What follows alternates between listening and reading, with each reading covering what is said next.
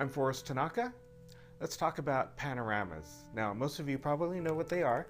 That's where you can simulate a wider angle lens than you actually have by taking multiple shots as you turn the camera across the scene.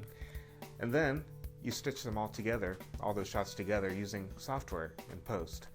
And Photoshop and some other software can do this.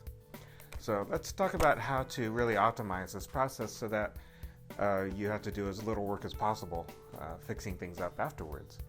Now the first fairly obvious thing, I suppose, is to make sure you're using M mode on your camera.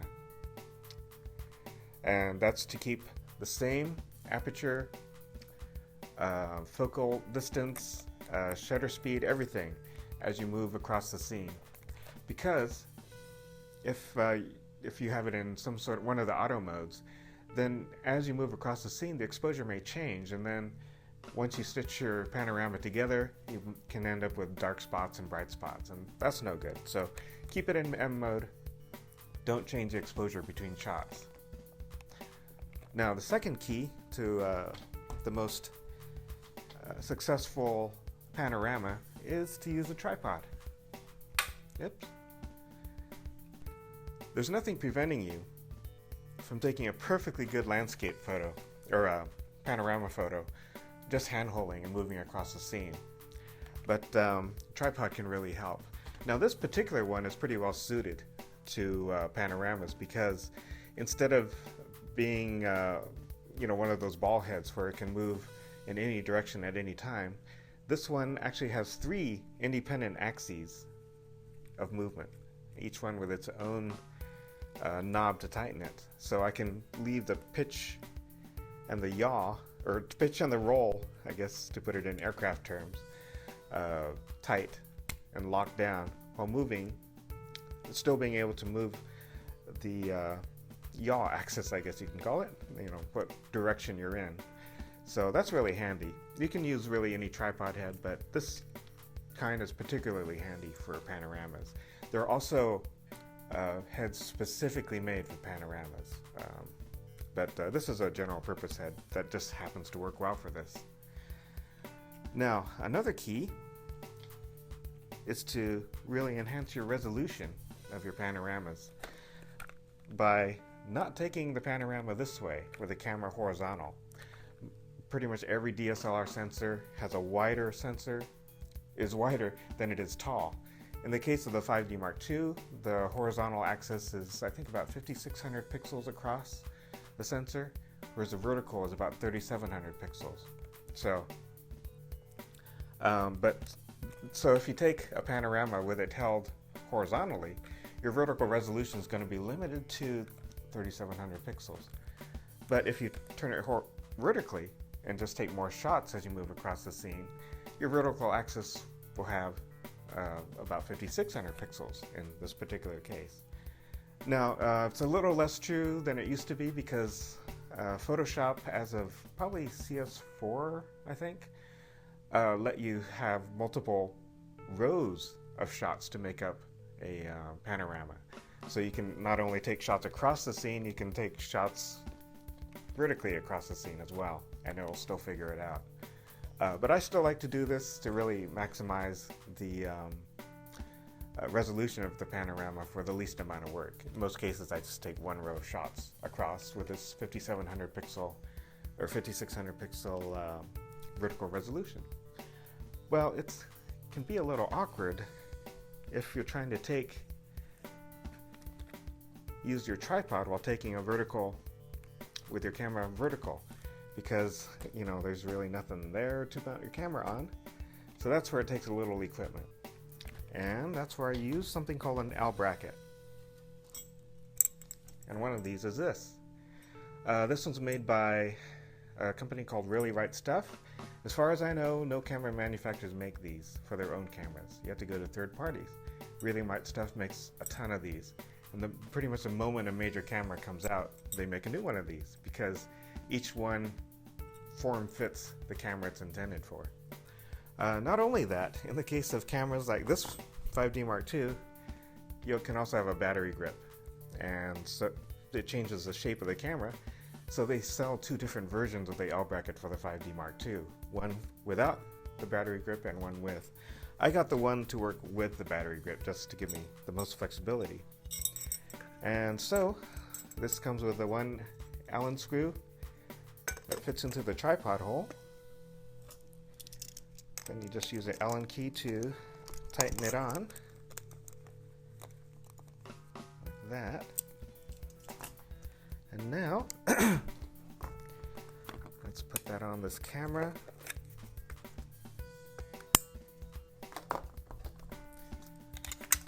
Save the battery door there. Mount the camera this way. Put in the battery and we are set. So what the L bracket has is it has this Arca-Swiss rail going down the bottom and also on the side, the same kind of rail. So if you have an Arca-Swiss head, it'll mount right in there, no problem, on either horizontally mounted or vertically mounted. So now, my particular case, I made this decision a few years ago that I somewhat regret, and not that it's that hard to fix, is that I went with the Manfrotto system, which really isn't as good for this kind of thing, not as solid because it has this mounting plate that isn't as secure, but there is a way to make this work. So in addition, so this is Arca-Swiss plate, which of course won't work on a Manfrotto head. So I got from Really Right Stuff again, and this plate was also from Really Right Stuff, is I got a little bushing that's threaded on the inside and outside. The outside works with the Arca-Swiss head, the inside works with one of these Manfrotto plates. And so you just screw this plate on.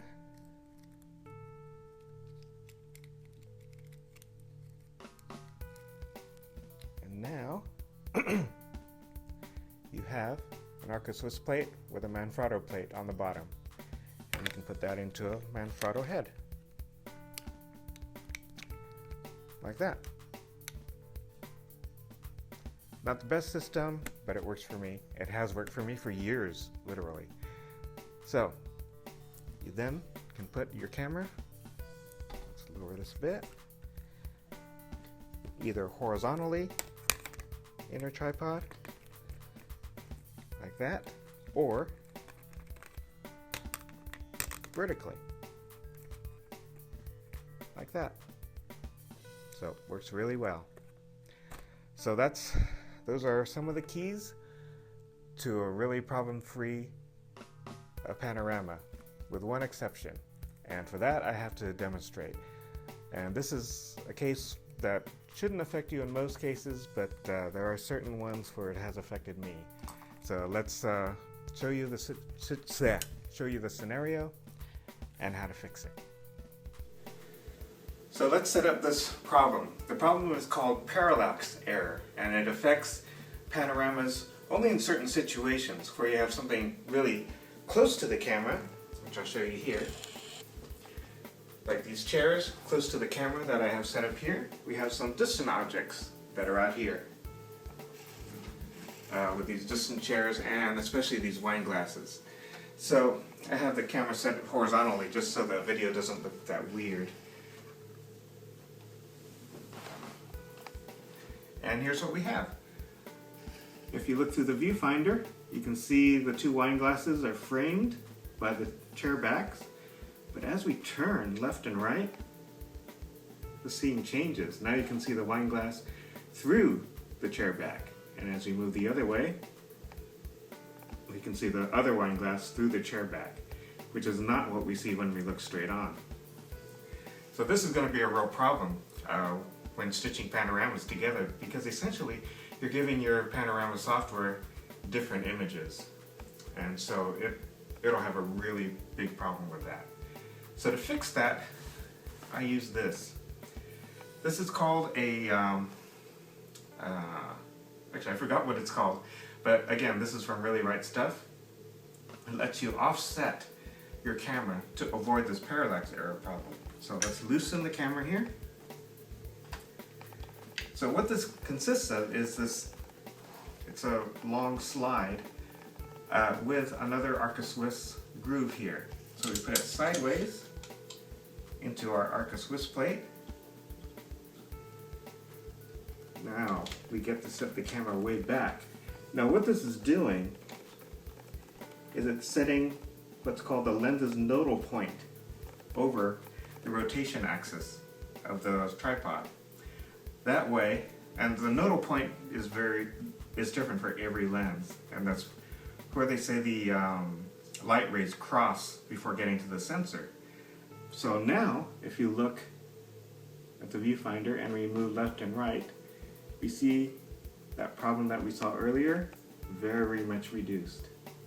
And so now we can stitch this panorama together just fine without getting these, without our software getting confused about how the images are different, because they're basically the same between shots. So to review, manual exposure for all the shots across the scene, tripod, especially one that lets you lock two axes but lets the rotation axis move freely, using an L bracket and shooting in portrait mode across the scene, and then using this, I'll just call this an offset bracket, or I think it's called a nodal slider. I think that's what Really Right Stuff calls it, to reduce parallax error. And so now let's go out to Treasure Island in San Francisco and put all this to practice. Okay, I hope you can hear me. It's really windy. I'm on Treasure Island, which is a man-made island and an old naval station, I think, about halfway between San Francisco and Oakland. And it sort of cuts the San Francisco-Oakland Bay Bridge in half. And it's pretty common for it to be really windy here, but this is where I'm going to take this panoramic shot. I have my tripod set up here with the L bracket and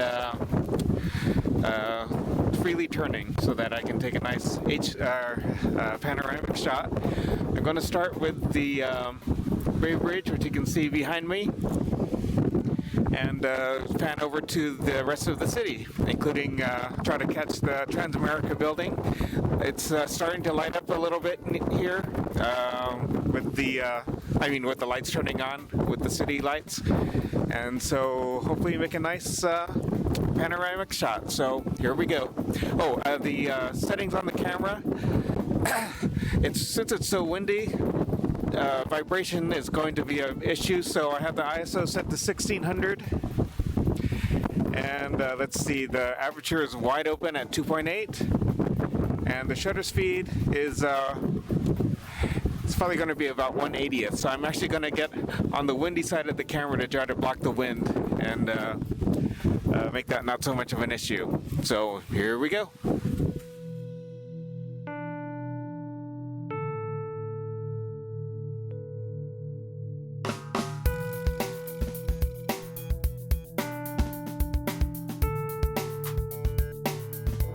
Alright, I finished taking all the shots, so let's stitch them together, and then we're going to try an HDR panorama. I have the still photos, the panorama photos, put into Lightroom now, so let's have a look at the process of stitching them together. Now the first thing I do, and here they all are selected, and this isn't the actual shoot that you saw me do on video, because I realized I made a mistake, but I did another set right afterwards, so here they are.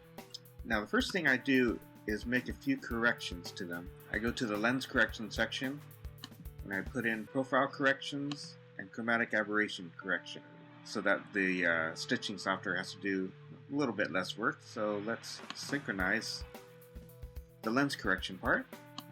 So that'll copy those lens corrections to all the photos. Now I'm going to export full-size photos.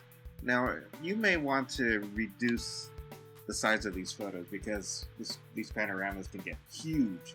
For now, I'm just going to use the whole thing and use editing to try to speed things up. Okay, now I have all the output photos here in Photoshop files, so I'm going to switch to Photoshop. Going to go to Automate, Photo Merge. Now this is Photoshop CS5, which put in some improvements to Photo Merge. Now first I'll select all 9 of those photos, put them in the box. Now you get a choice of different perspectives. Now, Perspective is pretty hard to use, although it can be useful in some cases. Usually I'll choose between cylindrical and spherical. Spherical I think was introduced in CS5, possibly CS4, and I find it's pretty useful. Sometimes cylindrical works out better, and it's not unreasonable to try both. So click OK, and now it's going to go through its script to merge them all into one seamless photo. Okay, now it's aligned all the images, and now it needs to sort of warp each of the images to fit into a seamless panorama. You can see my tripod wasn't exactly level, that's why it's ending at that sort of an angle. And there it is. Now you see these cracks here. That's just a rendering artifact, so don't worry about those. So what I normally do is, it's actually keeping the entirety of all 9 images, and it's just using masks, layer masks, to hide parts of them. So it's taking a lot more room than it needs to. Here it's 1.43 gig, that is huge. So the first thing I normally do is to merge all the layers, or merge visible. That'll eliminate all the unused pixels. And now it takes 481 megabytes, so that's a big improvement, about a gigabyte or so. I've imported the photo into Lightroom, the panorama. So let's take a look. And so clearly we need to do some cropping. We're going to go into develop mode. And first, I'll use the lens correction panel. Where is that? Here. In manual mode to rotate it. To make that horizon line up perfectly horizontally. Right about there. And then I'll crop it to eliminate all that white area.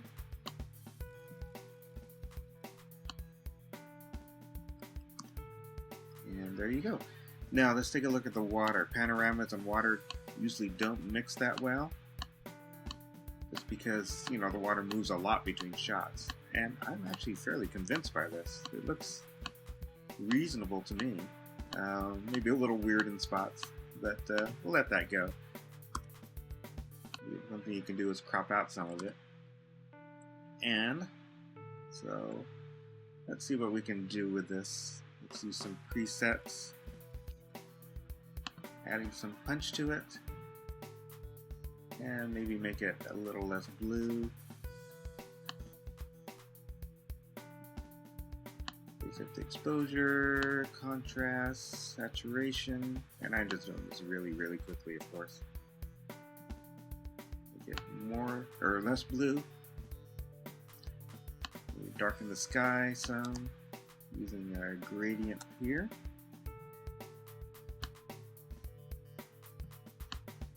Exposure, contrast, maybe make that a little more blue, or not. Maybe we can even make it yellow. Oh, that's kind of neat.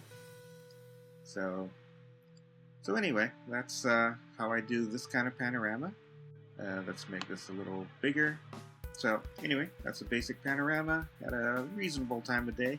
This is actually a little earlier than I'd like to take the photo, but if I took it at the time that I'd like to take it, you probably wouldn't be able to see very much of what I was doing. But it's still pretty nice, I think. There's a Bay Bridge. Be good to reduce some of the noise. And there's a Transamerica building, Sutro Tower. What else we got? Coit Tower. And way over here, here's our cruise liner. I don't know which one that is. And there's the Golden Gate Bridge, way off in the distance. So there you go. So now let's go back to Treasure Island to try an HDR panorama.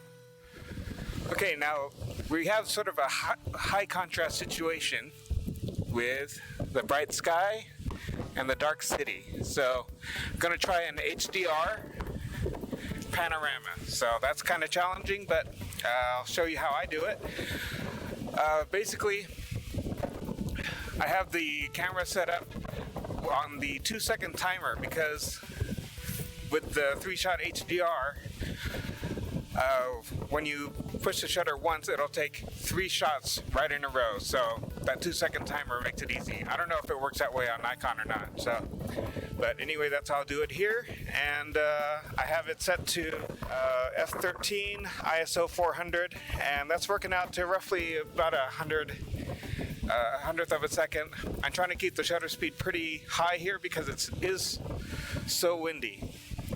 And so I don't want too much of the vibration of the wind to set in here. I'm already taking a risk the way it is. But anyway, we'll give it a try here, see how it works. So I'm going to start at the Bay Bridge, way behind me, and I'm going to end up around Alcatraz Island on the right.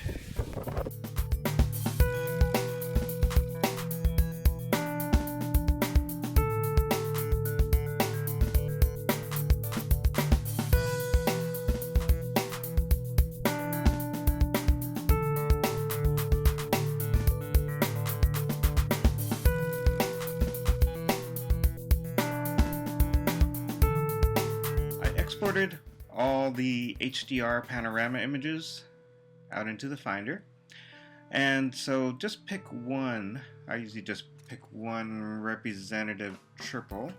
Of course, Canon for HDR only takes 3 photos per frame, or what I call a frame. So just take 3 representative ones here from one shot, and I will put those into Photomatic. This is HDR Processing software. If I can arrange this here. Yeah, do it that way. That's a lot easier. Just say OK, and we'll align by matching features. We won't worry about this. Won't worry about ghost removal. I'll have it reduce noise.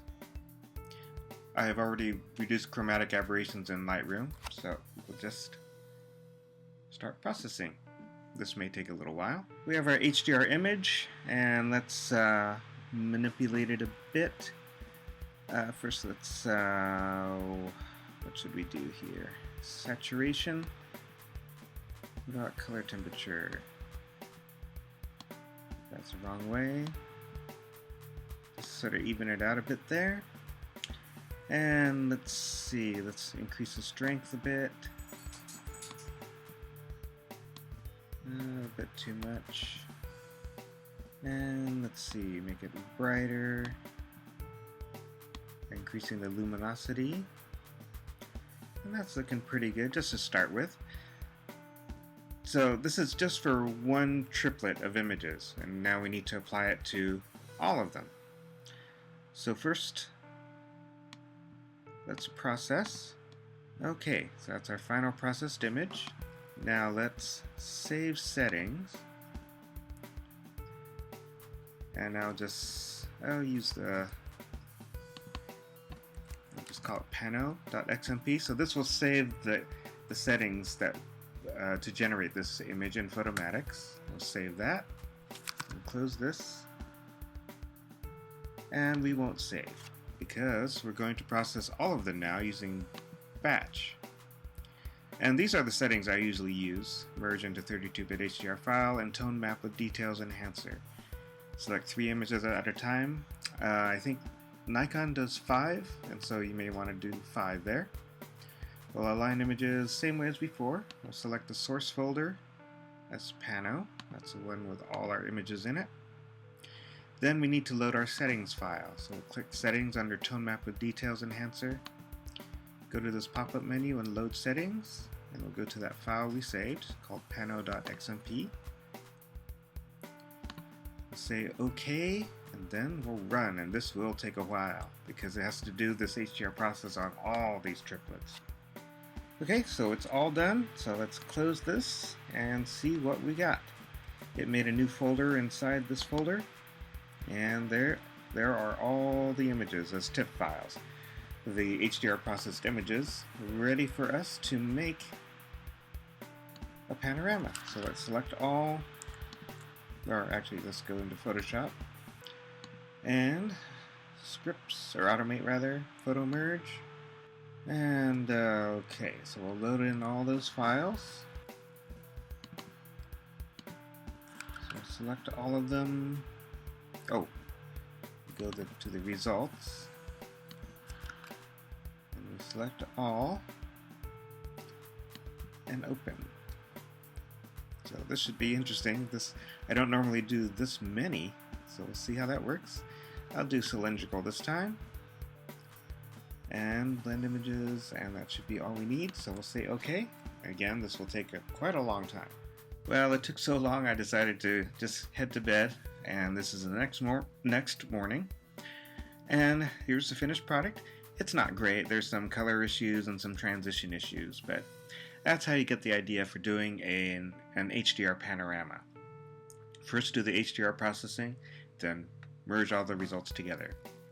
So hopefully this all helps, and I will end this by showing you some of the past panoramas that I've made.